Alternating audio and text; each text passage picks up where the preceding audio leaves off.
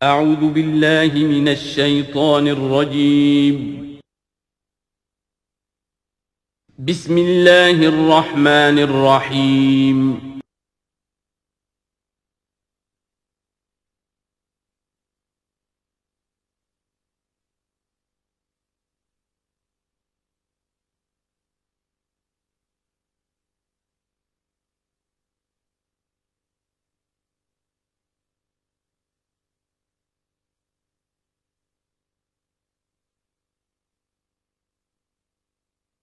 نحمده ونصلي على رسوله الكريم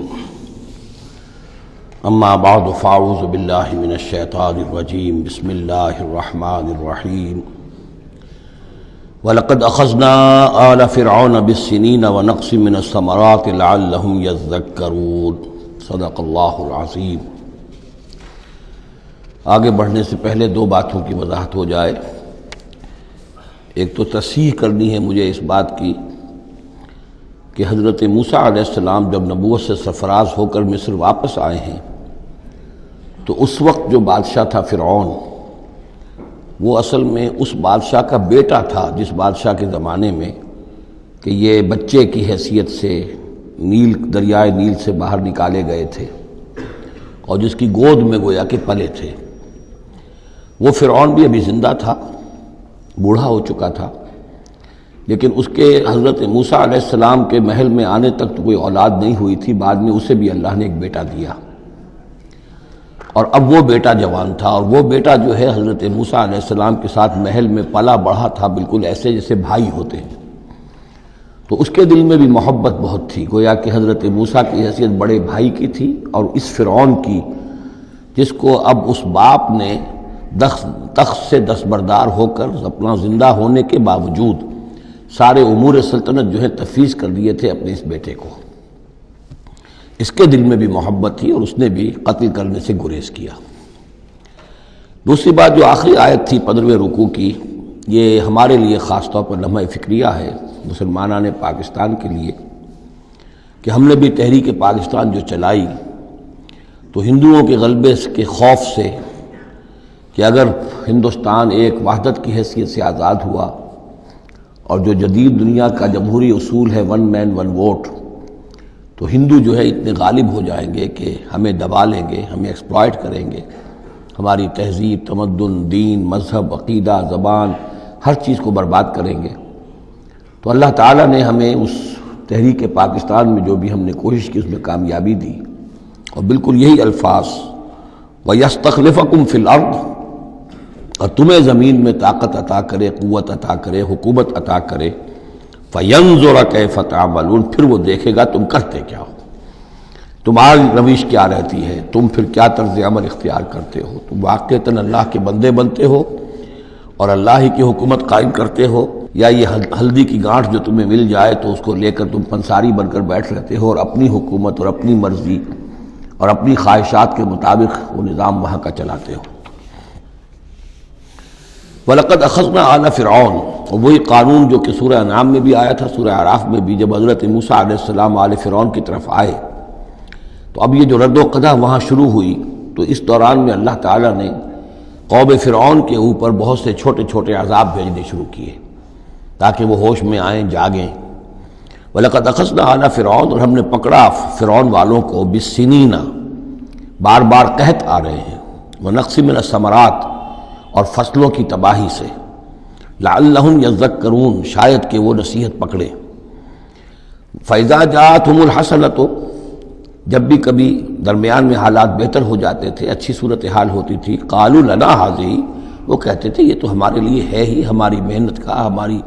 پلاننگ کا، ہماری مساعی کا، ہماری جدوجہد کا ثمرہ ہے۔ وَإِن تُصِبْهُمْ سَيِّئَةٌ، اور جب انہیں کوئی تکلیف آتی تھی، یطیروا بموسیٰ ومن معہ، تو اسے سمجھتے تھے کہ یہ موسیٰ اور اس کے ساتھیوں کی نحوست کی وجہ سے ہے۔ الا انما طائرہم عند اللہ، آگاہ ہو جاؤ کہ ان کی نحوست، ان کی شوبی قسمت جو ہے وہ اللہ کے ہاتھ میں ہے۔ ولکن اکثرہم لا یعلمون، لیکن ان کی اکثریت علم نہیں رکھتی، سمجھتے نہیں۔ وقالوا مہما تأتنا بہ من آیۃ لتسحرنا بہا، اور وہ کہتے تھے بہت ہی چیلنجنگ انداز میں کہ اے موسیٰ،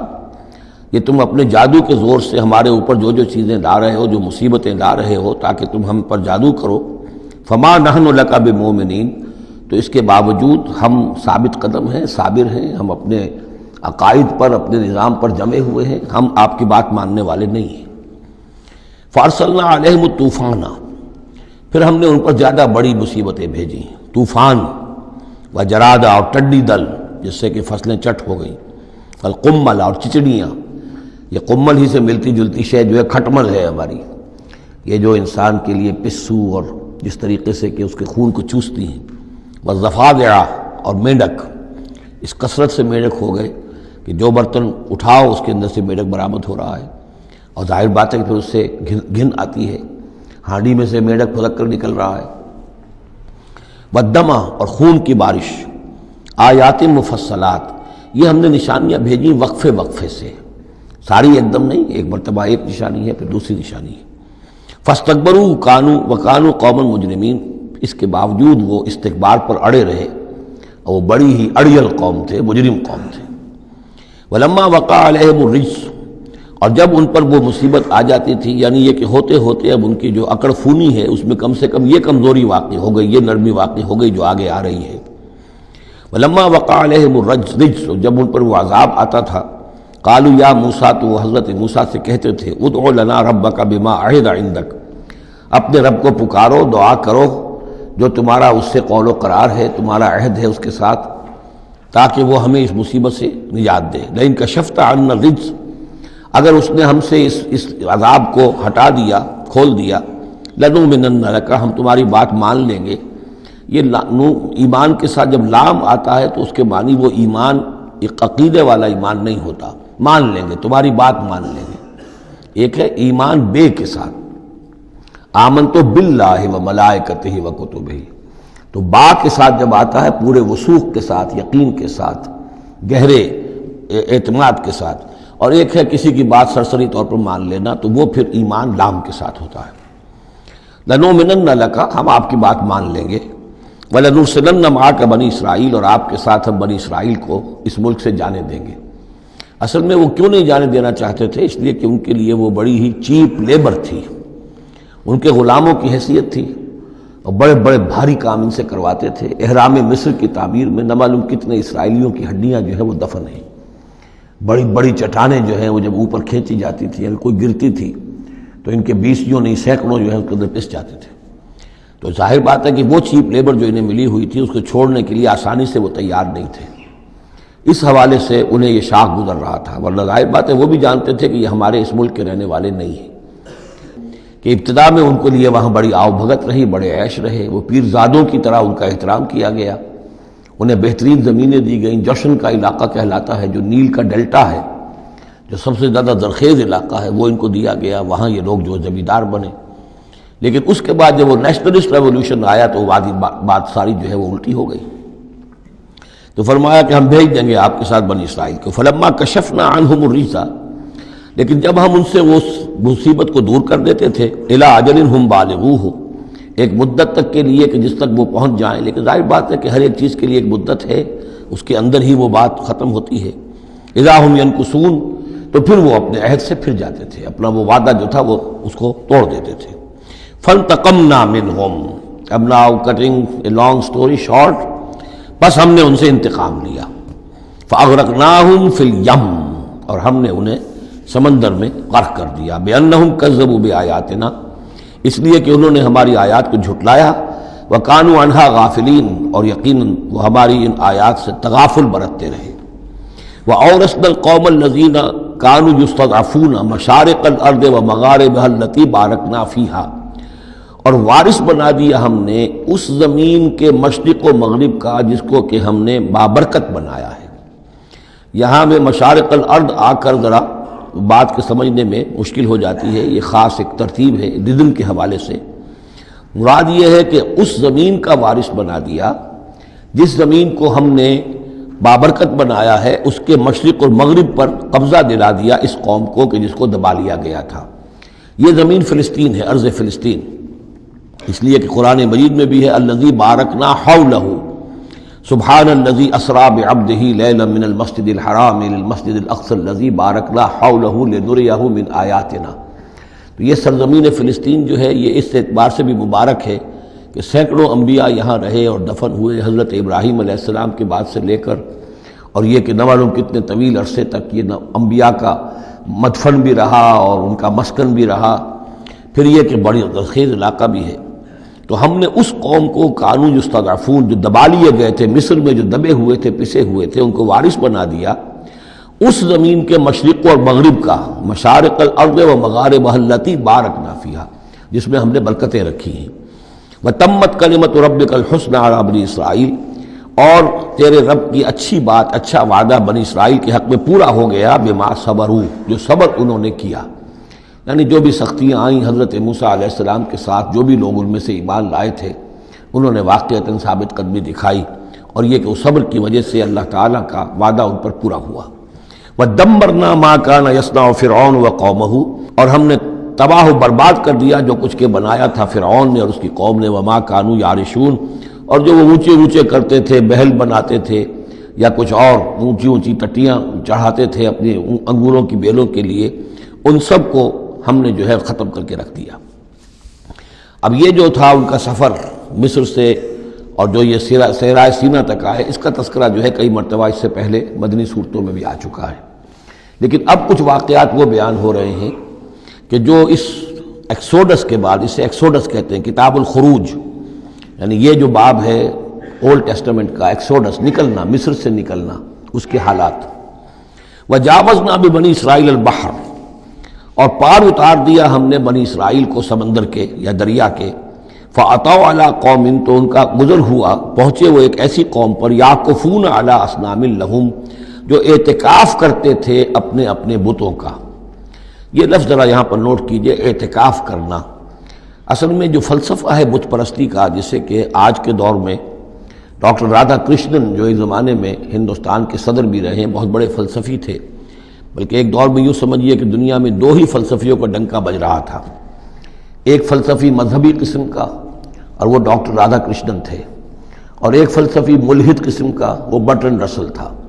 اور یہ دونوں تقریباً ایک ہی عمر کے ہم عمر، اور دونوں ہی 90 سے اوپر ہو کر فوت ہوئے ہیں۔ تو ڈاکٹر رادھا کرشنن نے ہندوستان کے فلسفے کو گویا کہ زندہ کر دیا اپنی تصنیفات کے ذریعے سے۔ اس نے بت پرستی کا جو فلسفہ بیان کیا وہ یہ کہ ہم یہ نہیں سمجھتے کہ ان بتوں میں کچھ ہے، یہ تو اصل میں بت تو ہم کسی ڈیٹی، کوئی بھی دیوی یا دیوتا کے نام پر مناتے ہیں، اس کے دھیان کرنے کے لیے۔ کنسنٹریشن نہیں ہو سکتی، خوگرے پیکرے محسوس ہے انسان کی نظر۔ انسان جو ہے مراقبہ کرتا ہے، اگر آپ جو مراقبہ کرنا چاہتے ہیں، اللہ کے ساتھ دھیان لگانا چاہتے ہیں، کیسے لگائیں؟ لیکن اگر کسی تصویر کو سامنے رکھ لیں تو پھر توجہ کو مرکوز کرنا آسان ہو جائے گا۔ یہ ہے ان کا فلسفہ بت پرستی کا۔ تو اعتکاف اسی کو کہتے ہیں کہ سال میں یہ 10 دن آدمی نکال لے کہ اپنی توجہات کو ہر چیز سے، دنیاوی معاملات سے، ان سے ہٹا کر اور اللہ تعالیٰ کی ذات پر وہ مرکوز کرے، ذکر پر، توجہ پر اور دعا پر، مناجات پر، یہ اعتکاف ہے۔ تو انہوں نے بت اپنے بنائے ہوئے تھے اور ان بتوں کا اعتکاف کرتے تھے۔ قالوا یا موسیٰ اجعل لنا الہا کما لہم آلہہ، انہوں نے کہا کہ اے موسیٰ ہمارے لیے بھی کوئی الہ بنا دو، معبود بنا دو، کوئی ایسی نشانی ہو جس کو کہ ہم ذریعہ بنائیں، اس کے اوپر اعتکاف کریں، گیان دھیان کا مرکز اس کو بنا لیں۔ قال انکم قوم تجہلون، حضرت موسیٰ نے فرمایا کہ تم جہل کا ارتکاب کر رہے ہو، کیا بات کہہ رہے ہو؟ ان ہؤلاء متبر ما هم فیہ، یہ لوگ جس چیز میں ہیں یہ تو ہلاک ہونے والے ہیں، برباد ہونے والے ہیں۔ وباطل ما كانوا يعملون، اور جو کچھ یہ کر رہے ہیں وہ سب باطل ہے، اس کی کوئی حقیقت نہیں ہے۔ قال غیر اللہ ابغیکم الہا، حضرت موسیٰ نے فرمایا کہ کیا میں اللہ کے سوا تمہارے لیے کوئی الہ تلاش کروں؟ وہو فضلکم علی العالمین، اور اس نے تو تمہیں فضیلت دی ہے تمام جہان والوں پر۔ وَإِذْ أَنْجَيْنَاكُمْ مِنْ آلِ فِرْعَوْنَ، اور ذرا یاد کرو جب کہ ہم نے تمہیں نجات دی آل فرعون سے۔ یسومونکم سوء العذاب، یہ الفاظ جو کہ تم سورہ بقرہ میں بھی آئے ہیں اور اس کے بعد بھی آئے ہیں۔ یسومونکم سوء العذاب، وہ تمہیں مبتلا کیے ہوئے تھے بدترین عذاب میں۔ یقتلون ابناءکم ویستحیون نساءکم،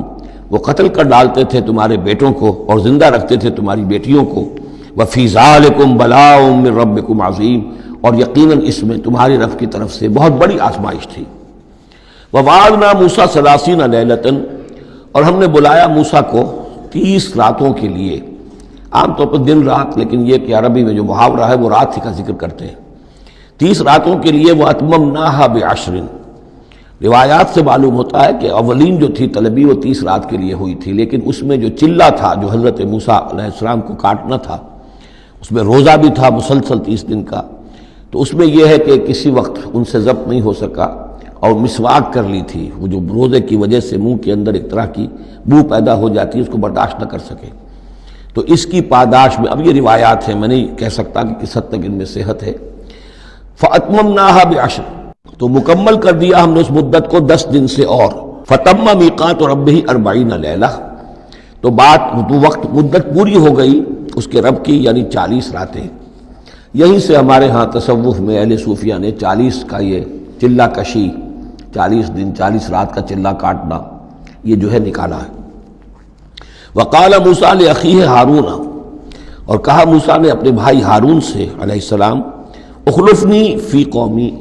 آپ میری نیابت کیجئے میری قوم میں جا رہا ہوں، مجھے اللہ تعالیٰ نے طلب فرمایا کوہ طور پر، واصلح، اور دیکھیے اصلاح کرتے رہیے، ولا تتبع سبیل المفسدین، اور فساد مچانے والوں کے راستے کی پیروی نہ کیجیے گا۔ ولما جاء موسیٰ لمیقاتنا، اور جب موسیٰ پہنچے ہمارے وقت مقرر پر، وکلمہ ربہ، اور ان سے کلام کیا ان کے رب نے، قال رب ارنی انظر الیک، انہوں نے درخواست کی پروردگار مجھے اپنا دیدار عطا فرما، مجھے دکھا کہ میں تجھے دیکھوں۔ قال لن ترانی، اللہ نے فرمایا تم مجھے ہرگز نہیں دیکھ سکتے، ولکن انظر الی الجبل، لیکن ذرا اس پہاڑ کو دیکھو، فإن استقر مکانہ، اگر وہ اپنی جگہ پر کھڑا رہ جائے، برداشت کر جائے ہماری تجلی کو، فسوف ترانی، تو تم بھی سوچنا کہ شاید ہمیں دیکھ سکو۔ فلما تجلی ربہ للجبل، جب اللہ نے اپنی تجلی ڈالی پہاڑ پر، اب یہ جلی کہتے ہیں روشن چیز کو، جلی شے روشن، تجلی یہ باب تفاعل ہے، کسی شے کا خود روشن ہو جانا، تو اللہ تعالیٰ کی یہ ذات کی تجلی ہے کہ جو پہاڑ پر ڈالی گئی، جعلہ دکن، جس سے کہ وہ پہاڑ جو ہے وہ بالکل ریزہ ریزہ ہو گیا۔ وخر موسیٰ صاعقا،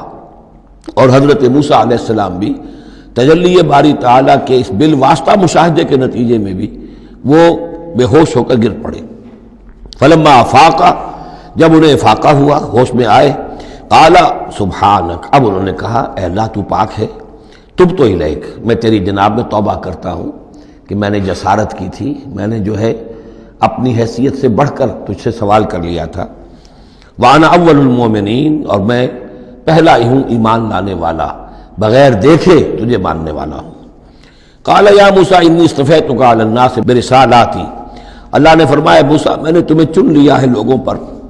تمام انسانوں میں سے تمہیں چنا ہے، پسند کیا ہے اپنے پیغام کے لیے، رسالات کے لیے، وبکلامی، اور اپنے کلام کے لیے، یہ خاص مقام ہے، امتیازی مقام ہے حضرت موسیٰ کا۔ کلم اللہ موسیٰ تکلیما، فخذ ما آتیتک وکن من الشاکرین،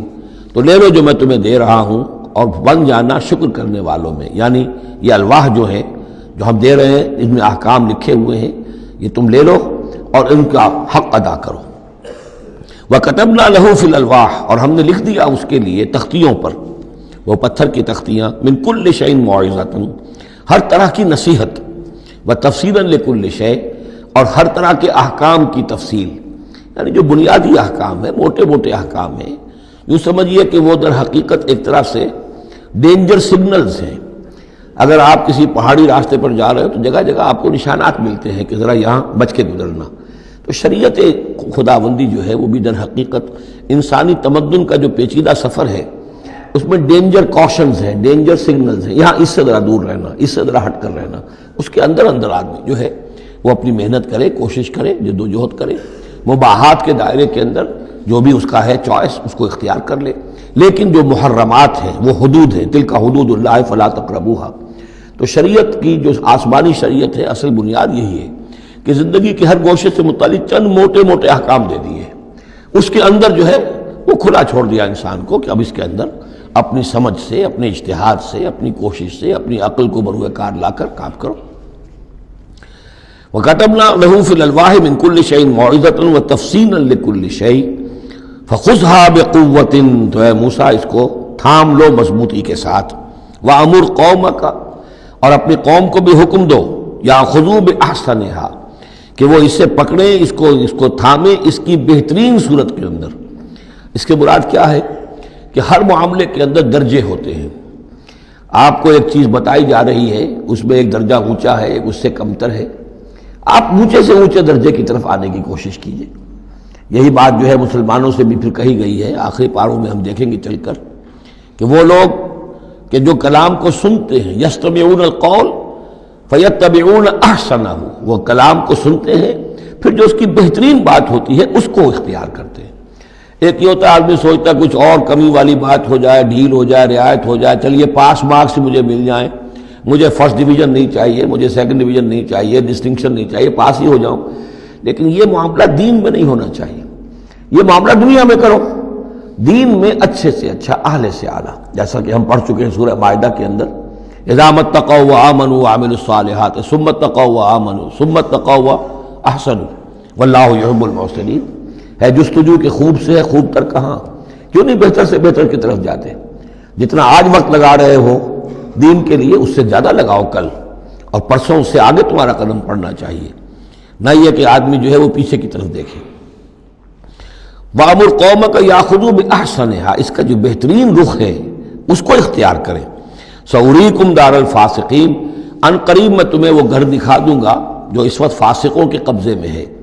یعنی یہاں جو کچھ ہوا ہے، کوہ طور جو ہے وہ سمجھ لیجئے کہ وہ سینائی پیننسلا کا جو ساؤدرن ٹپ ہے وہاں پر ہے تقریباً کوہ طور۔ تو گویا کہ خلیج سویز کو کراس کیا، یا کہیں سے کسی جھیل کو کراس کر کے مصر سے آئے سینائی پیننسلا میں،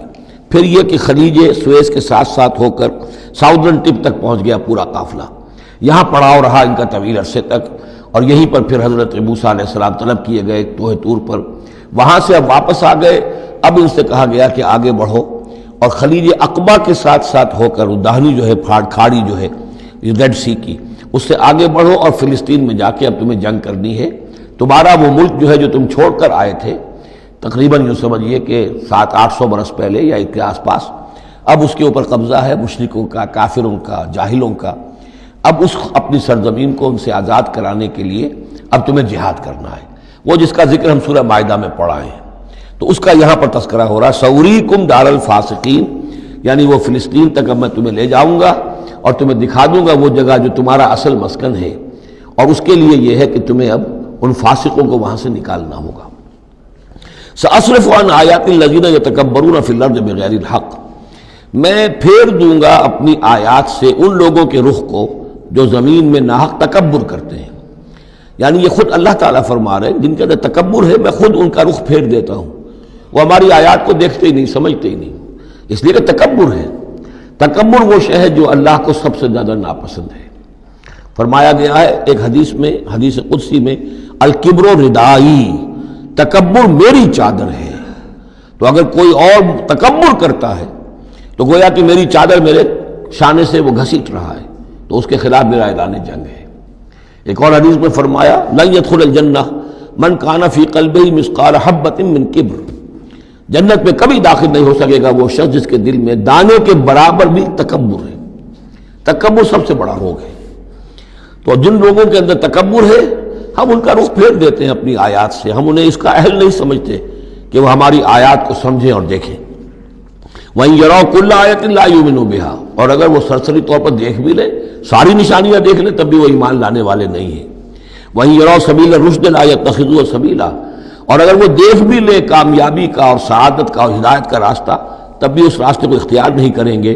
وَإِن يَرَوْا سَبِيلَ الْغَيِّ يَتَّخِذُوهُ سَبِيلًا، اور جب بھی ان کے سامنے آئے گا کجی کا راستہ، ٹیڑھ کا راستہ، گمراہی کا راستہ، اسے وہ اختیار کریں گے۔ یعنی یہ ساری چیزیں ان کی کس وجہ سے ہیں کہ ان کے دلوں میں تکبر ہے۔ ذالک بانہم کذبوا بآیاتنا، یہ اس لیے کہ انہوں نے ہماری آیات کو جھٹلایا اپنے تکبر کی بنیاد پر، وکانوا عنہا غافلین، اور اس سے تغافل برتتے رہے۔ والذین کذبوا بآیاتنا ولقاء الآخرۃ، اور جو لوگ بھی جھٹلائیں گے ہماری آیات کو اور آخرت کی ملاقات کو حبطت اعمالہ، ان کے سارے اعمال حبط ہو جائیں گے۔ اپنی جگہ وہ بڑی نیکیاں کما رہے ہوں، جیسے کہ قریش مکہ تھے، ہم کعبے کی خادم ہیں، کعبے کی خدمت کر رہے ہیں، کعبے کو صاف رکھتے ہیں، حاجیوں کو دودھ پلاتے ہیں، پانی پلاتے ہیں، ان کے سارے عمل حقارت ہو جائیں گے۔ هل یجزون الا ما كانوا یعملون، اور ان کو نہیں دیا جائے گا بدلے میں مگر وہی کچھ جو وہ کرتے تھے۔ واتخذ قوم موسیٰ من بعدہ من حلیہم عجلا جسدا لہ خوار، اور بنا لیا موسیٰ کی قوم نے ان کے بعد۔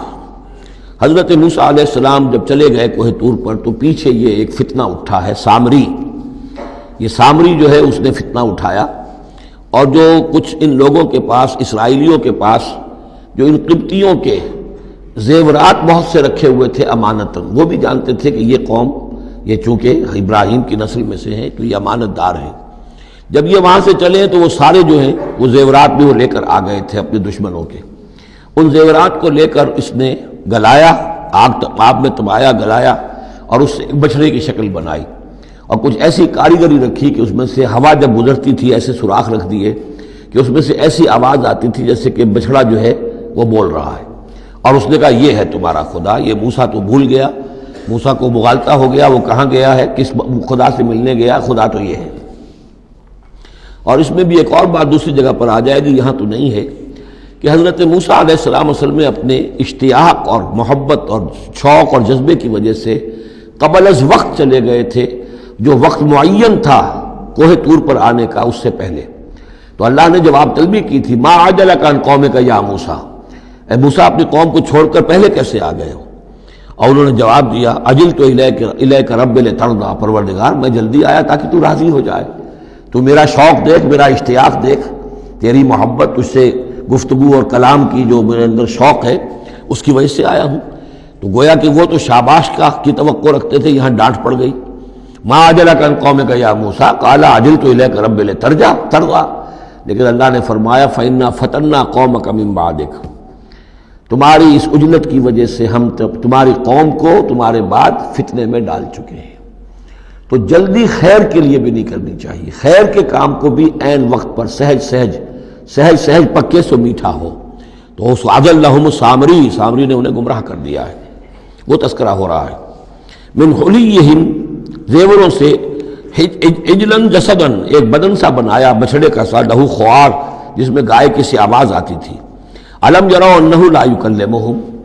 کیا انہوں نے یہ نہیں غور کیا کہ وہ نہ ان سے بات کر سکتا ہے، وہ گدھے کی سی یا گھوڑے کی سی یا بچھڑے کی سی آواز سے تو کوئی بات نہیں بنتی، ولا یہدیہم سبیلا، نہ انہیں وہ کوئی راستہ بتا سکتا ہے۔ اتخذوہ وکانوا ظالمین، انہوں نے اسی کی عبادت شروع کر دی، اسے معبود بنا لیا، اور وہ تھے بہت ظالم۔ ولما سقط فی ایدیہم ورأوا انہم قد ضلوا، اور جب ان کے ہاتھوں کے طوطے اڑ گئے، پچھتاوا ہوا، یعنی ان میں سے بھی گویا کہ 3 حصوں میں قوم تقسیم ہو گئی۔ ایک قوم، بڑا حصہ قوم کا وہ رہا جو اس گناہ میں شریک نہیں ہوا، ایک حصہ وہ تھا کہ جو کچھ دیر کے لیے شریک رہا لیکن فوراً ہوش میں آ گیا بعد میں، تیسرا حصہ وہ تھا جو حضرت موسیٰ علیہ السلام کی واپسی تک اس پر اڑا رہا، جازم رہا۔ تو یہاں اس درمیانی طبقے کا ذکر ہو رہا ہے۔ وَلَمَّا سُقِطَ فِي أَيْدِيهِمْ وَرَأَوْا أَنَّهُمْ ضَلُّوا، جب ان کے ہاتھوں کے طوطے اڑ گئے، ان کے پچھتاوا طاری ہوا، اور انہوں نے سوچا ہم تو گمراہ ہو گئے، یہ ہم کیا کر بیٹھے۔ قَالُوا لَئِن لَّمْ يَرْحَمْنَا رَبُّنَا، انہوں نے کہا کہ اگر ہمارے رب نے ہم پر رحم نہ فرمایا، وَيَغْفِرْ لَنَا، اور اگر ہمیں بخش نہ دیا، لَنَكُونَنَّ مِنَ الْخَاسِرِينَ، تو ہم تو ہو جائیں گے بہت خسارے والوں میں سے۔ وَلَمَّا رَجَعَ مُوسَىٰ إِلَىٰ قَوْمِهِ غَضْبَانَ أَسِفًا، تو جب موسیٰ لوٹے اپنی قوم کے پاس، غضبان آصفا، غضبان یہ فعلان کے وزن پر، رحمان کے وزن پر، نہایت غضبناک۔ حضرت موسیٰ علیہ السلام کا مزاج بھی جلالی تھا، پھر یہ کہ اتنی بڑی گمراہی، اور یہ اللہ تعالیٰ نے کوہ طور ہی پر بتا دیا تھا کہ تمہاری قوم پیچھے فتنے میں پڑ چکی ہے اور وہ گمراہ ہو چکی ہے۔ فَإِنَّا فَتَنَّا قَوْمَكَ مِن بَعْدِكَ وَأَضَلَّهُ السَّامِرِي، تو وہاں سے آئے ہی ہیں تو غضبناک تھے، غضبان آصفا، نہایت افسوس میں بھی اور سخت غضبناک۔ قال بئس ما خلفتمونی من بعدی، یہ خطاب حضرت ہارون سے بھی ہو سکتا ہے اور اپنی پوری قوم سے بھی ہو سکتا ہے۔ بری ہے میری نیابت جو تم نے کی ہے میرے بعد، عاجلتم امر ربکم، تم نے اپنے رب کے معاملے کے اندر جلدی کی، میرا انتظار کرتے، اگر اس نے کچھ بنا ہی دیا تھا، کوئی شوبدہ دکھایا تھا، میرے آنے تک انتظار کر لیتے، میں تمہیں بتاتا اس کی حقیقت کیا ہے۔ وَأَلْقَى الْأَلْوَاحَ، اور انہوں نے وہ جو تختیاں لے کر آئے تھے کوہ طور سے تورات والی، وہ تو ایک طرف ڈال دی. وَأَخَذَ بِرَأْسِ أَخِيهِ يَجُرُّهُ إِلَيْهِ، اور غضبناک ہو کر اپنے بھائی حضرت ہارون علیہ السلام کے سر کے بال پکڑ لیے اور اپنی طرف کھینچا غصے میں. یہ تم نے کیا کیا؟ میرے پیچھے یہ میں تمہیں خلیفہ بنا کر گیا تھا. قال ابن امہ، انہوں نے کہا اے میرے ماں جائے، اے میرے ماں کے بیٹے، ان القوم استضعفونی، قوم نے مجھے دبا لیا تھا، مجھے بے بس کر دیا تھا. وقادوا یقتلوننی، اور وہ تو میرے قتل پر آمادہ ہو گئے تھے. میں نے انہیں روکا، میں نے منع کیا، لیکن وہ اس درجے اس معاملے کے اندر آگے بڑھ گئے تھے. قادوا یقتلوننی، وہ تو مجھے قتل کرنے پر آمادہ تھے. فلا تشمت بی الاعداء، تو دیکھیں اب مجھ پر آپ دشمنوں کو ہنسنے کا موقع نہ دیں. ایک تو آپ کے پیچھے انہوں نے مجھے دبایا، میری توہین کی، مجھے قتل کرنے تک پر آمادہ ہو گئے. اب وہ دیکھیں گے کہ موسیٰ بھی آئے ہیں تو میرے بال آپ پکڑ کر کھینچ رہے ہیں اور میری توہین کر رہے ہیں، تو اس پر تو دشمن اور ہنسے گا. فلا تشمت بی الاعداء، شماتت اعداء یہ ہمارے ہاں پھر اردو زبان میں محاورہ ہے. ولا تجعلنی مع القوم الظالمین، اور مجھے ان ظالموں کے ساتھ نہ کر دیجئے، میں ان کے ساتھ نہیں ہوں، نہ میں نے ان کے ساتھ اتفاق کیا ہے، میں روکتا رہا، منع کرتا رہا. قال رب اغفر لی ولاخی، اب حضرت موسیٰ نے دعا کی اللہ سے، پروردگار بخش دے مجھے بھی اور میرے بھائی کو بھی. وادخلنا فی رحمتک، اور ہمیں داخل فرما اپنی رحمت میں. وانت ارحم الراحمین، اور یقیناً تو ہے تمام رحم کرنے والوں میں سب سے بڑھ کر رحم فرمانے والا. ان الذین اتخذوا العجل سینالہم غضب من ربہم، اب یہ فیصلہ انہوں نے دیا، یقیناً جن لوگوں نے اس بچڑے کو اپنا معبود بنایا، ان قریب ان پر آئے گا غضب ان کے رب کی طرف سے. گویا کہ قتل مرتد کی سزا جس کا ذکر ہم سورہ بقرہ میں پڑھ چکے ہیں. وَذِلَّةٌ فِي الْحَيَاةِ الدُّنْيَا، دنیا میں ذلت بھی آئے گی. وَكَذَلِكَ نَجْزِي الْمُفْتَرِينَ، اور اسی طریقے سے بہتان باندھنے والوں کو، جھوٹ گھڑنے والوں کو ہم جزا دیتے ہیں. وَالَّذِينَ عَمِلُوا السَّيِّئَاتِ ثُمَّ تَابُوا مِن بَعْدِهَا وَآمَنُوا، البتہ جن لوگوں نے کچھ دیر کے لیے یہ غلط کام کیا تھا لیکن پھر وہ توبہ کر لی انہوں نے، من بعدہا اس کے بعد، وآمنوا اور ایمان لے آئے، ان ربک من بعدہا لغفور الرحیم، تو یقیناً اس کے بعد آپ کا رب جو ہے غفور الرحیم ہے. جن سے عارضی طور پر یہ بات ہو گئی تھی پھر انہوں نے توبہ کر لی، ان کے لیے تو مغفرت ہے، اللہ تعالیٰ معاف فرمائے گا، غفور الرحیم ہے. البتہ جو اب تک اس پر اڑے رہے ہیں ان کے لیے یہ حد جاری کی جائے گی. یہ بالکل ایسے ہی جیسے سورہ مائدہ میں ہم نے پڑھا ہے محاربے والی آیت میں، کہ اگر کوئی ڈاکو ہیں، راہزن ہیں، کوئی ملک کے اندر فساد مچا رہے ہیں، تو اگر اس سے پہلے کہ تم ان پر قابو پاؤ اگر وہ توبہ کر لیں تو پھر ان کے لیے معاملہ اور ہوگا، پھر ان کے ساتھ نرمی بھی ہو سکتی ہے، معاف بھی کیا جا سکتا ہے. لیکن اگر قابو پا لو تو پھر ان کی سزا بہت سخت ہے، لیکن قابو پانے سے پہلے توبہ کر لیں تو ان کے لیے نرمی. اسی طرح یہاں معاملہ ہے. وَلَمَّا سَكَتَ عَنْ مُوسَى الْغَضَبُ، جب موسیٰ کا غصہ کو ٹھنڈا پڑا، أَخَذَ الْأَلْوَاحَ، اب انہوں نے وہ تختیاں اٹھائیں. وفی نسختها هدى ورحمۃ للذین هم لربهم یرہبون، اور اس کی تحریر میں لکھا ہوئی تھی رحمت، ہدایت بھی اور رحمت بھی ان لوگوں کے حق میں جو اپنے رب سے ڈرتے ہیں، اپنے رب کا تقوی اور خوف رکھتے ہیں. واختار موسیٰ قومہ 70 رجلا لمیقاتنا، اب ایک تو سزا دے دی گئی، ایک تو پرج ہو گئی، اور یہودی جو ہیں جنہوں نے کہ آخری وقت تک اس کے اوپر قائم رہے انہیں قتل کر دیا گیا. اب اس کے بعد ایک اجتماعی توبہ کے لیے حضرت موسیٰ علیہ السلام نے اپنی قوم کے 70 سرکردہ افراد کو لیا، واختارا چن لیا. اختارا موسیٰ قومہ 70 رجلا لمیقاتنا، اللہ تعالیٰ ہی نے طلب فرمایا ہے، ہمارے وقت مقررہ کے لیے چن لیے موسیٰ نے اپنی قوم میں سے 70 سرکردہ افراد. فلما اخذتهم الرجفۃ، جب وہ آئے ہیں کوہ طور پر یا اس کے قریب تو ان کے اوپر کپ کپی طاری ہو گئی یا زلزلے نے آ پکڑا، یعنی وہ ایک سخت ترین جو ہے ان کے لیے پھر خوفناک صورت پیدا کر دی گئی. قال رب، حضرت موسیٰ نے عرض کیا پروردگار، لو شئت اہلکتہم من قبل وایایا، اگر تیری مشیت یہی تھی تو اس سے پہلے ہی ہمیں بھی ہلاک کر سکتا تھا، مجھے بھی کر سکتا تھا، انہیں بھی کر سکتا تھا. خطا کار تو ہم ہیں، غلطی ہوئی ہے، لیکن بہرحال ہم نے اتنا بڑا کفارہ بھی دے دیا ہے، اپنی قوم کے اتنے لوگوں کو اپنے ہاتھوں ذبح بھی کیا ہے. لیکن یہ کہ اگر ہلاک ہی کرنا تھا جو اس وقت شکل ہو رہی ہے تو پہلے قدم پر بھی تو ہلاک کر سکتا تھا. لو شئت اہلکتہم من قبل وایایا، اگر تو چاہتا تو ہلاک کر دیتا ان سب کو بھی اور مجھے بھی. اتہلکنا بما فعل السفہاء منا، کیا تم ہمیں ہلاک کر دے گا ہمارے کچھ بے وقوف لوگوں کی حرکت کی وجہ سے؟ ہمارے ہاں کچھ بے وقوف تھے جنہوں نے حرکت کی تھی اور ان کی وجہ سے کیا پوری قوم کو ہلاک کر دے گا؟ ان ہی الا فتنتک، نہیں یہ تیری طرف سے ایک آزمائش ہے۔ تضل بہا من تشاء، تو گمراہ کرتا ہے اس کے ذریعے سے جس کو چاہتا ہے، وتہدی من تشاء، اور ہدایت دیتا ہے جس کو چاہتا ہے۔ انت ولینا، تو ہمارا ولی ہے، ہمارا ساتھی ہے، پشت پناہ ہے، مولا ہے۔ فاغفر لنا، پس ہمیں بخش دے، ہماری گناہ کو معاف فرما، ورحمنا، ہم پر رحم فرما، وانت خیر الغافرین، اور یقیناً تمام بخشنے والوں میں تو سب سے بہتر بخشنے والا ہے۔ واکتب لنا فی ہذہ الدنیا حسنہ وفی الآخرہ، ہمارے لیے اس دنیا کی زندگی میں بھی حسنہ لکھ دے، طے کر دے۔ اب دیکھیے یہ دعا کر رہے ہیں حضرت موسیٰ اپنی قوم کے لیے، بنی اسرائیل کے لیے، واکتب لنا فی ہذہ الدنیا حسنۃ وفی الآخرہ، وہی الفاظ ربنا آتنا فی الدنیا حسنۃ وفی الآخرۃ حسنۃ وقنا عذاب النار۔ تو لکھ دے، طے کر دے کہ ہمارے لیے دنیا میں بھی حسنہ ہو، آخرت میں بھی۔ انا ہدنا الیک، ہم تیری جناب میں توبہ کرتے ہیں، رجوع کرتے ہیں، جو خطا ہو گئی ہے اس کا اعتراف کرتے ہوئے معافی چاہتے ہیں۔ قال عذابی اصیب بہ من اشاء، اللہ نے فرمایا جہاں تک میرے عذاب کا تعلق ہے وہ تو اس میں تو میں مبتلا کروں گا جس کو چاہوں گا۔ ورحمتی وسعت کل شیء، تم رحمت کا سوال کر رہے ہو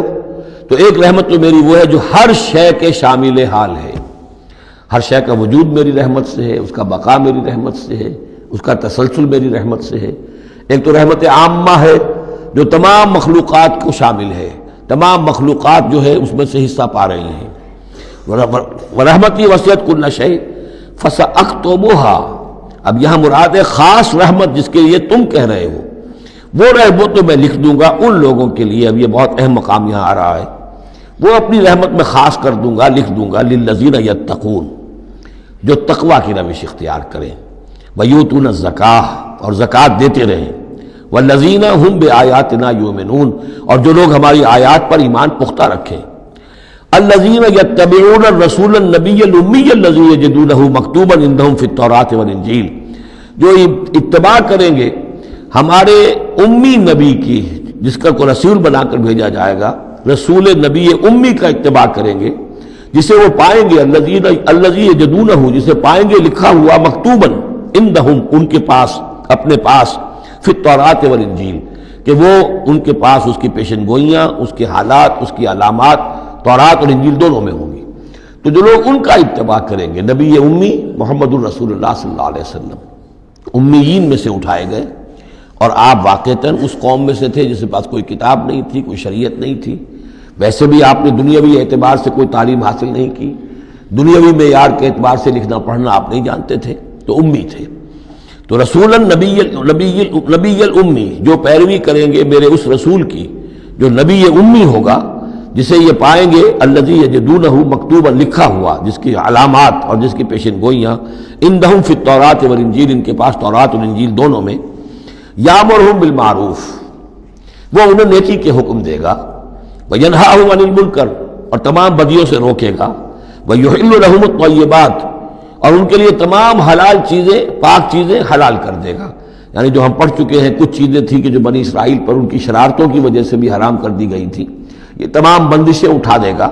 تمام پاکیزہ چیزوں کو ان کے لیے حلال کرے گا۔ وَيُحَرِّمُ عَلَيْهِمُ الْخَبَائِثَ، اور جتنی خبیث ناپاک چیزیں ہیں انہیں حرام قرار دے گا۔ وَيَضَعُ عَنْهُمْ إِصْرَهُمْ وَالْأَغْلَالَ الَّتِي كَانَتْ عَلَيْهِمْ، اور ان سے اتار دے گا، دور کر دے گا، انہیں نجات دے گا ان کے بوجھوں سے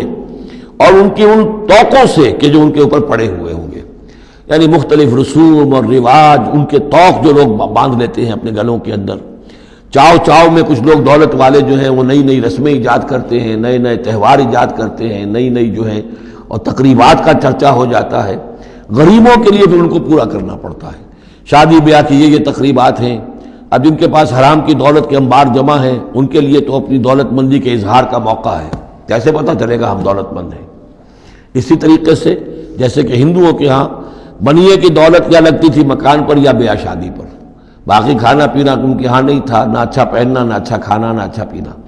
لیکن مکان بنائیں گے تو عالیشان، اور دوسرے یہ کہ شادی کریں گے تو پھر ٹھاٹ کے ساتھ۔ یہی ہمارے ہاں بھی معاملے چلے آ رہے ہیں، وہ ہندوانہ پس منظر ہے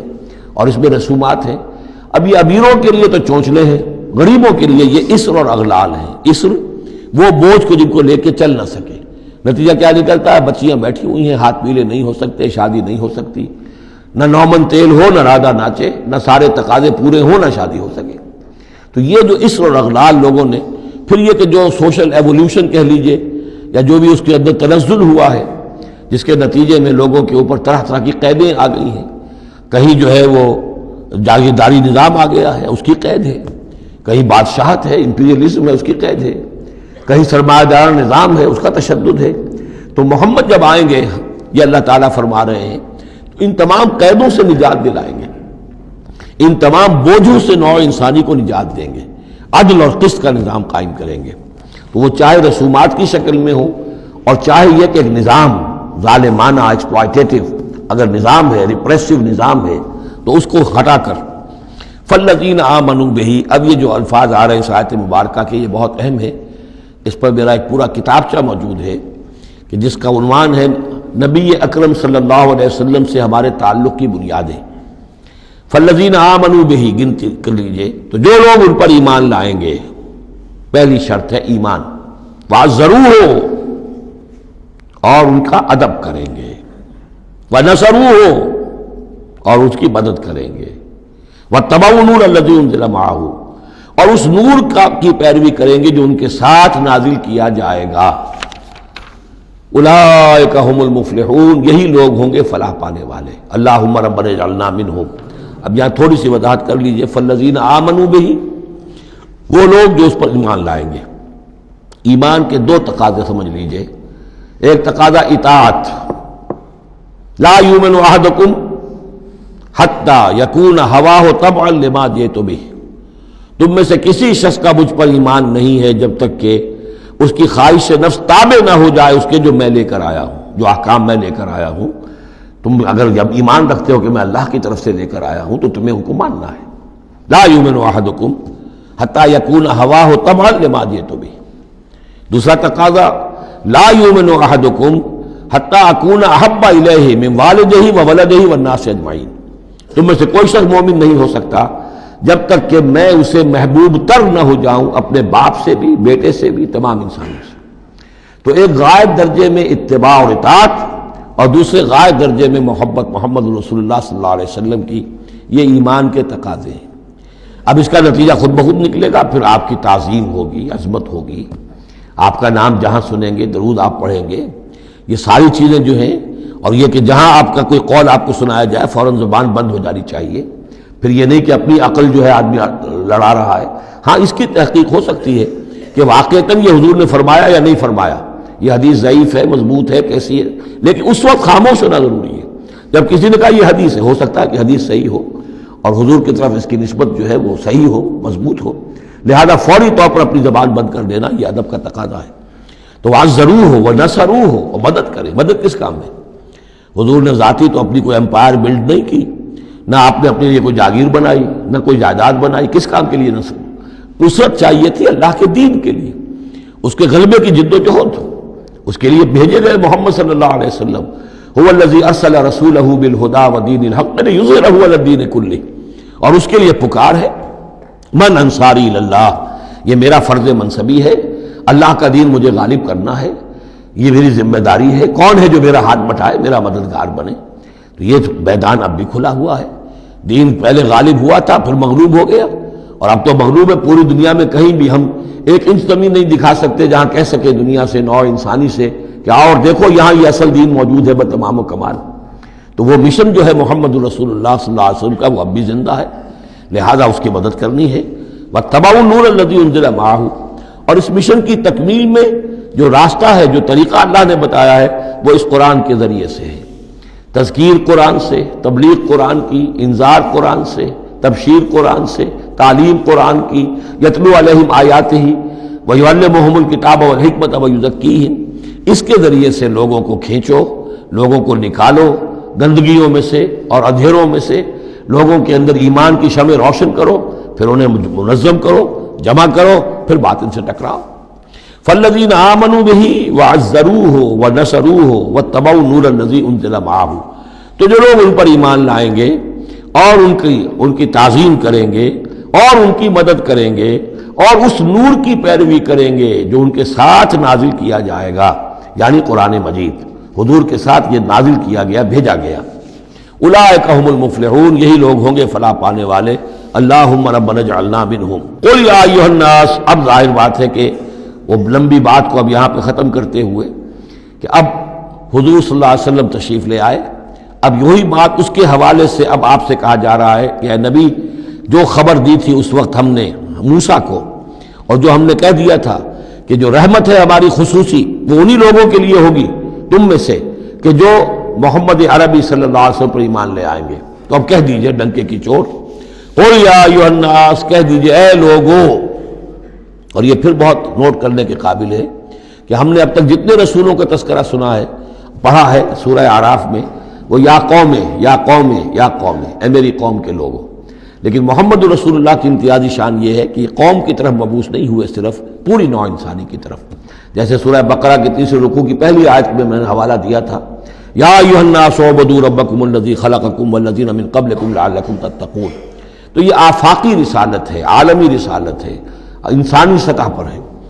قل یا ایھا الناس انی رسول اللہ الیکم جمیعا، میں اللہ کا رسول ہوں تمہاری طرف، سب کی طرف۔ الذی لہ ملک السماوات والارض، یہ بات 5 مرتبہ قرآن میں کہی گئی ہے مختلف الفاظ میں کہ حضور کی بعثت پوری نوع انسانی کے لیے ہے،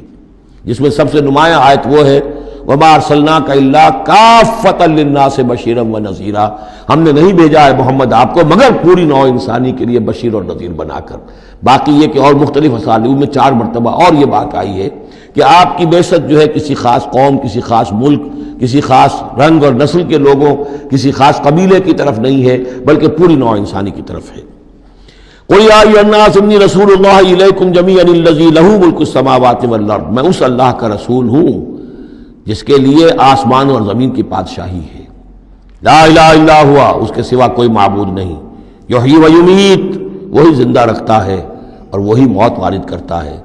فآمنوا باللہ، تو ایمان لاؤ اللہ پر، ورسولہ النبی الامی الذی، اور اس کے اس رسول پر جو نبی امی ہے، اور جو یؤمن باللہ وکلماتہ، جو ایمان رکھتا ہے اللہ پر اور اس کے کلام پر، اس کے کلمات پر، اس کی باتوں پر، واتبعوہ، اور اس کی پیروی کرو، لعلکم تہتدون، تاکہ تم ہدایت پاؤ۔ یہ گویا کہ اعلان عام ہوا محمد رسول اللہ صلی اللہ علیہ وسلم کا کہ وہ جو بات اللہ تعالیٰ نے حضرت موسیٰ سے کہی تھی، یہ اس کے مطابق میری بعثت ہوئی ہے۔ اور اب گویا کہ جیسا کہ میں نے آپ کو بتایا تھا، یہ تمہید ہے، تیاری ہو رہی ہے، چونکہ مدینے کی طرف سفر کرنا ہے، یہ صورت پہلے نازل ہو گئی ہے تاکہ وہ ذہن تیار ہو جائے اس کے لیے کہ اب یہود کے 3 بڑے بڑے قبیلے وہاں پر آباد ہیں، ان سے براہ راست مسابقہ پیش آئے گا۔ ابھی تک براہ راست خطاب یہود سے نہیں ہوا، یا بنی اسرائیل سے کوئی خطاب نہیں، گفتگو ہو رہی ہے محمد رسول اللہ سے یا اہل مکہ سے یا حضور کی وساطت سے مسلمانوں سے، لیکن یہ کہ وہ باتیں ساری وہ آ رہی ہیں کہ جن کا اب محل جو ہے واضح ہو جائے گا ہجرت کے بعد۔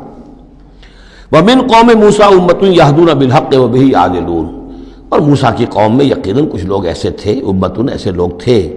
کہ جو حق کی ہدایت دیتے تھے۔ یعنی یہ تو نہیں ہو سکتا اتنے جلیل القدر پیغمبر کے کوئی بھی ساتھی نہ ہو، حواری نہ ہو، یا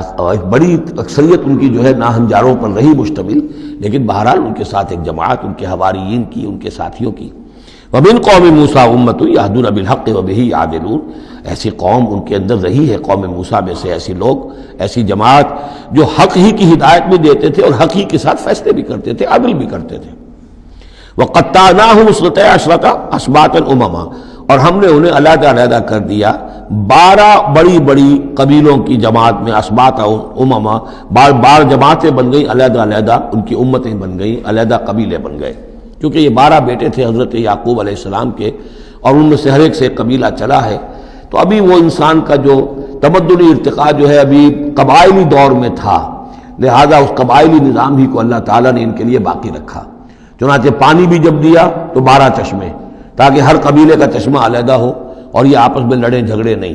ہر قبیلے کا کوئی اپنا سردار ہے، اس کا اپنا ایک نظام ہے، کوئی نزاع ہو گیا ہے تو وہ آپس میں اس کو حل کر سکتے ہیں، لیکن اگر بین القبائل معاملہ ہو جائے تو پھر اس کو حل کرنا جو ہے مشکل ہو جائے گا۔ وَأَوْحَيْنَا إِلَىٰ مُوسَىٰ إِذِ اسْتَسْقَاهُ قَوْمُهُ، اور ہم نے وحی کی موسیٰ کی طرف جب کہ پانی طلب کیا ان سے اس کی قوم نے، أَنِ اضْرِب بِعَصَاكَ الْحَجَرَ، کہ اپنے اسی عصا سے، اپنی لاٹھی سے ضرب لگائیے چٹان پر۔ فَانبَجَسَتْ مِنْهُ اثْنَتَا عَشْرَةَ عَيْنًا، تو اس میں سے 12 چشمے پھوٹ بہے. یہ بات ہم پڑھ چکے ہیں سورہ بقرہ میں. قد علم کل اناس مشربہم، ہر قبیلے نے، ہر قوم نے پہچان لیا، معین کر لیا اپنے مشرب کو. مشرب یہ بھی اس میں ظرف ہے، پینے کی جگہ، اپنا گھاٹ معین ہو گیا. یہ چشمہ ہمارا، یہ چشمہ ان کا، یہ چشمہ ان کا ہے، یہ بنی لاوی کا ہے، یہ فلاں کا ہے، بنی یہودا کا ہے. وَظَلَّلْنَا عَلَيْهِمُ الْغَمَامَ، اور ہم نے ان کے اوپر سائبان ابر کا طاری کر دیا تاکہ دھوپ سے بچیں. وَأَنزَلْنَا عَلَيْهِمُ الْمَنَّ وَالسَّلْوَىٰ، اور ہم نے ان پر من اور سلوہ کے ذریعے انہیں خوراک ہم پہنچائی، اتارا ان پر ہم نے من اور سلوہ. کلوا من طیبات ما رزقناکم، کھاؤ ان پاکیزہ چیزوں میں سے کہ جو ہم نے تمہیں رزق میں دی ہیں. وما ظلمونا، اور انہوں نے کوئی ہم پر ظلم نہیں کیا. ہم پر کیا ظلم کر سکتے تھے، ہمارا کیا بگاڑ سکتے تھے. وما ظلمونا، انہوں نے ہمارا کیا بگاڑا، ہمارا کیا بگاڑ لیں گے. ایک حدیث قدسی میں آتا ہے کہ میرے بندو، اگر تم سب کے سب اولین اور آخرین اور انس اور جن سب بدترین جیسے ہو سکتا ہے تم میں سے کوئی شخص ویسے بن جاؤ تب بھی میرے خزانے میں کوئی کمی نہیں آئے گی. اور تم سب کے سب اولکم و آخرکم و انسکم و جنکم سب کے سب مل جاؤ اور بہترین میرے مطیع بن جاؤ، میرے بندگی کرنے والے بن جاؤ، میرے خزانے میں کوئی اضافہ نہیں ہوگا، میں تو غنی ہوں. تو وما ظلمونا، انہوں نے ہم پر ہمارا کچھ نہیں بگاڑا. ولکن کانوا انفسہم یظلمون، لیکن وہ خود اپنی ہی جانوں پر ظلم کرتے رہے. وَإِذْ قِيلَ لَهُمُ اسْكُنُوا هَٰذِهِ الْقَرْيَةَ، اور یاد کرو جب ان سے کہا گیا تھا کہ آباد ہو جاؤ اس بستی میں. یہ جیریکو، اریحا، پہلا شہر فلسطین کا کہ جو یوشع ابن نون، جوشوا، ان کی سرکردگی میں جب بنی اسرائیل نے قتال کیا ہے پھر تو یہ پہلا شہر فتح ہوا. جب ان سے کہا گیا کہ اب اس میں تم رہ سکتے ہو، بس جاؤ. وَكُلُوا مِنْهَا حَيْثُ شِئْتُمْ، اور اس میں سے جو بھی چاہو، جہاں سے بھی چاہو تم کھاؤ. وَقُولُوا حِطَّةٌ، اور دیکھو استغفار کرتے رہو، کہتے رہو اے اللہ ہمارے گناہ جھاڑ دے، ہماری کوتاہیاں، ہماری جو بھی کوئی کمیاں رہ گئی ہیں ان کو پورا کر دے. وَادْخُلُوا الْبَابَ سُجَّدًا، اور جب داخل ہو شہر کے دروازے میں تو سر جھکا کر داخل ہو، تمہاری گردنیں اکڑی ہوئی نہ ہو. نغفر لکم خطیئاتکم، ہم تمہاری جو بھی خطائیں ہیں وہ بخش دیں گے، جو بھی غلطیاں ہوئی ہیں، فروغ گزاشتیں ہوئی ہیں ان سب سے درگزر فرمائیں گے. سنزید المحسنین، اور نہ صرف یہ کہ وہ خطائیں معاف کر دیں گے، جو ان میں سے محسن ہوں گے تم میں سے انہیں تو اب اور دیں گے، ان کے درجات بلند کریں گے، ان کو اور اونچے سے اونچے مراتب عطا کریں گے. فبدل الذین ظلموا منہم قولا غیر الذی قیل لہم، تو بدل دیا ان میں سے جو ظالم تھے، گناہ گار تھے، ایک ایسی بات کو کہ جو ان سے کہی گئی تھی اس کی بجائے. یعنی وہ کہا گیا تھا حطتن حطتن حنطتن حنطتن، ہمیں گیہوں چاہیے، گیہوں چاہیے. فارسلنا علیہم رجزا من السماء، تو ان پر ہم نے آسمان سے ایک عذاب بھیج دیا. جن لوگوں نے وہ غلط حرکت کی تھی ان پر پلیگ آئی، بما کانوا یظلمون، بسبب ان کے اس ظلم کے جو انہوں نے اپنے آپ پر کیا تھا. واسألہم عن القریۃ التی کانت حاضرۃ البحر، اور ذرا ان سے سوال کیجئے اس بستی کے بارے میں کہ جو ساحل سمندر پر تھی، حاضرۃ البحر، سمندر کے کنارے پر تھی. یہ اب اصحاب سبت کا واقعہ آ رہا ہے. اس یادونا، اور عام طور پر خیال یہ کہ جو ایلات کی بندرگاہ ہے یہاں پر یہ واقعہ ہوا تھا. اب بھی وہ ایلات کی بندرگاہ ہے. 1967 میں جو جنگ ہوئی تھی عرب اور اسرائیل جنگ، اس میں اصل میں اسی ایلات کی بندرگاہ کا گھیراؤ کر لیا تھا صدر ناصر صاحب نے، بلاکیڈ آف دی ایلات پورٹ، اور اس کے نتیجے میں پھر بڑا زبردست جو ہے حملہ کیا اچانک جو ہے اسرائیل نے. اور یہ کہ صحرائے سینا بھی مصر سے ہتھیا لیا تھا، گولان ہائٹس جو ہے وہ سیریا سے اس نے فتح کر لیے، اور پورا مغربی کنارہ جو اردن کا جو ہے اتنا بڑا علاقہ، زرخیز ترین علاقہ جو ہے فلسطین کا، وہ اردن سے اس نے ہتھیا لیا تھا، جس میں سے صرف سینائی پیننسلا بھی واپس کیا گیا ہے. اور یہ جو مغربی کنارے پر ان کی کوئی ایک آٹونومس سی چھوٹی سی ریاست قائم کرنے کی کوششیں ہو رہی ہیں. باقی یہ کہ گولان ہائٹس پر ابھی کوئی معاملہ نہیں ہوا. تو وہیں پر اسی ایلات بندرگاہ پر یہ واقعہ ہوا ہے، وہیں پر یہ کوئی قوم مچھیروں کی آباد تھی. واسألہم عن القریۃ التی کانت حاضرۃ البحر، وہ سمندر کے کنارے آباد تھی. اذ یعدون فی السبت، جبکہ وہ سبت کے قانون میں حد سے تجاوز کرنے لگے. اذ تأتیہم حیتانہم یوم سبتہم شرعا، جبکہ آتی تھیں ان کی مچھلیاں ان کے پاس یوم سبتہم، جس دن کہ ان کا سبت ہوتا تھا، شرعا، شرع جیسے کہ نیزہ کو چلاتا ہے. یعنی یہ کہ کبھی اگر آپ نے کماڑی میں کھڑے ہو کر دیکھا ہو تو کبھی کبھی ایسا ہوتا ہے کہ کوئی مچھلی جو ہے وہ چھلانگ مار کے اوپر آتی ہے پھر اندر چلی جاتی ہے۔ اب ظاہر بات ہے کہ یہ اٹکیلیاں کرتی تھی مچھلیاں، اللہ تعالیٰ نے سکس سینس دے رکھی ہے، حیوانات کو بھی ہے، انہیں پتہ چل گیا تھا ہفتے کا ایک دن ایسا ہے کہ ہمیں کوئی ہاتھ نہیں لگاتا۔ اب وہ آ رہی ہیں، اٹکیلیاں کر رہی ہیں، چھلانگیں لگا رہی ہیں، یہ کھڑے ہوئے ہاتھ بندھے ہوئے ہیں، اس لیے کہ سبت ہے، ہفتے کا دن ہے، پکڑ تو نہیں سکتے، تو شرعاً آتے تھے جسے نیزے چل رہے ہوں۔ وَيَوْمَ لَا يَسْبِتُونَ لَا يَأْتِيهِمْ، جس دن سبت نہیں ہوتا تھا یعنی باقی 6 دن وہ دور کہیں گہرے پانی میں چلی جاتی تھی، اور گہرے پانی میں جا کے مچھلیوں کا پکڑنا جو ہے اس وقت تک تو انسان کے پاس آلات نہیں تھے۔ كَذَلِكَ نَبْلُوهُمْ بِمَا كَانُوا يَفْسُقُونَ، اس طرح ہم نے انہیں آزمایا تھا، ایک بڑی آزمائش میں ڈال دیا کہ دیکھیں یہ کتنے ثابت قدم رہتے ہیں، شریعت کے حکم پر قائم رہتے ہیں اور فاقہ برداشت کر لیتے ہیں، یا یہ کہ شریعت کے ساتھ کوئی استہزاء کرتے ہیں، تمسخر کرتے ہیں۔ وَإِذْ قَالَتْ أُمَّةٌ مِّنْهُمْ، یہاں بھی نوٹ کر لیجئے کہ جیسے وہاں معاملہ ہوا 3 حصوں میں یہ قوم تقسیم ہو گئی۔ ایک حصہ وہ تھا کہ جس نے اس گناہ میں حصہ نہیں لیا اور وہ منع بھی کرتا رہا کہ مت کرو، دیکھو نہیں منکر کا فریضہ سر انجام دیتا رہا، یہ اللہ تعالیٰ کا۔ وہ کرتے کیا تھے؟ ہفتے کے روز گئے، گڑھے کھودے اور سمندر کا پانی اس میں لے آئے ساحل کے ساتھ گڑھے کھود کر، تو اس کے ساتھ مچھلیاں بھی آ گئیں، واپسی کا راستہ کر دیا بند، مچھلی کو ہاتھ نہیں لگایا، ہفتے کو اتوار کو جا کے مچھلی پکڑ لی، تو فائدہ کیا ہوا؟ اصل میں ہفتے کا قانون تو یہ تھا کہ ہفتے کا دن تم لگاؤ اللہ کی یاد میں، ذکر میں، عبادت میں، تورات پڑھو، پڑھاؤ، سیکھو، سکھاؤ۔ 6 دن تم کام کرو دنیا کا، اپنی معاش کا، 7واں دن تم فارغ رکھو اللہ کے لیے، دین کے لیے۔ لیکن جب وہ گڑھے کھودنے میں دن صرف ہو گیا تو چاہے مچھلی پکڑی یا نہیں پکڑی، تو جو اصل روح تھی اس حکم کی وہ تو ختم ہو گئی۔ تو یہ ہے کہ جس میں انہوں نے استہزاء کیا، گویا کہ شریعت کا مذاق اڑایا۔ اب ایک تو وہ تھے کہ جنہوں نے نہ تو اس جرم میں حصہ لیا اور وہ منع بھی کرتے رہے، ایک وہ تھے کہ جو حصہ تو نہیں لیا جرم میں لیکن منع نہیں کرتے تھے، خاموش رہتے تھے،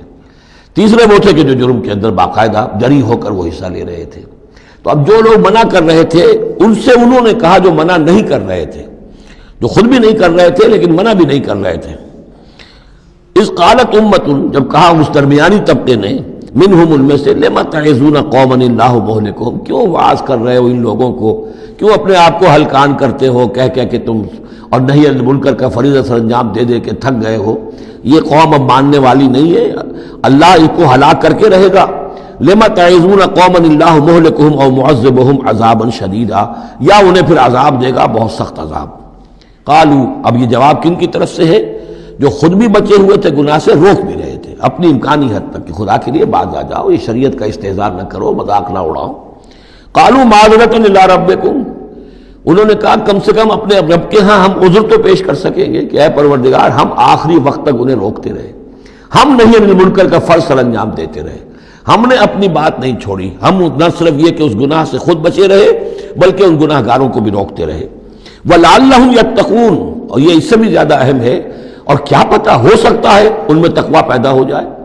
کیسے آپ کہہ سکتے کسی ایک بندے کی سمجھ میں آ جائے، کوئی ایک شخص تائب ہو جائے؟ تو جیسا کہ حضور کی حدیث ہے، حضرت علی سے خطاب کر کے آپ نے فرمایا، لا یہدی اللہ بک رجلا واحدا خیر لک من حمر النعم،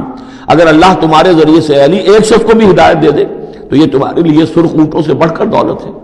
تو اگر ایک بھی بچ جائے، لعلہم یتقون، فلما نسوا ما ذکروا بہ،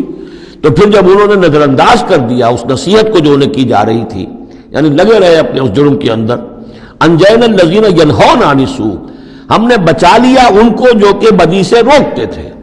عذاب سے بچے ہیں صرف وہ جو بدی سے روکتے تھے۔ وَأَخَذْنَا الَّذِينَ ظَلَمُوا بِعَذَابٍ بَئِيسٍ بِمَا كَانُوا يَفْسُقُونَ، اور پکڑ لیا ہم نے ان کو کہ جو اس ظلم میں، گناہ میں اور شریعت کا استہزاء کرنے میں کہ جو مجرم تھے، ان کو ایک بہت ہی برے عذاب میں پکڑا، ان کی اس ناہنجاری کی وجہ سے، سرکشی کی وجہ سے، نافرمانی کی وجہ سے۔ فَلَمَّا عَتَوْا عَمَّا نُهُوا عَنْهُ، جب وہ بڑھ گئے، چڑھ گئے،